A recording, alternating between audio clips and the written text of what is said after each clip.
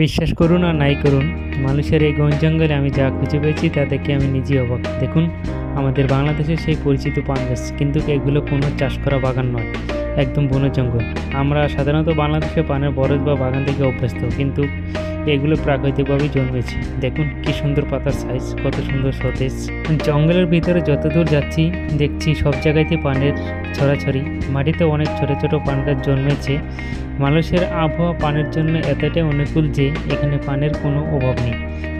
আমাদের সাথে থাকা বন্ধুরাও অবাক হচ্ছে এই বনপানের সমাহার দেখে।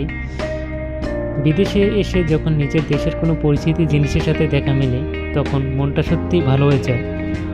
আপনাদের মধ্যে যারা পান খেতে পছন্দ করেন, তারা কি এই বনপানের স্বাদ নিতে চাইবেন? অবশ্যই কমেন্ট করে জানান। ভিডিওটি ভালো লাগলে লাইক দিন এবং কমেন্ট করুন। এরকম আরও রোমাঞ্চকর ভিডিও পেতে আমাদের পেজটি ফলো করুন এবং আমাদের ইউটিউব চ্যানেলটি চাইলে সাবস্ক্রাইব করে রাখতে পারেন। ধন্যবাদ ভিডিওটা এতক্ষণ দেখার জন্য।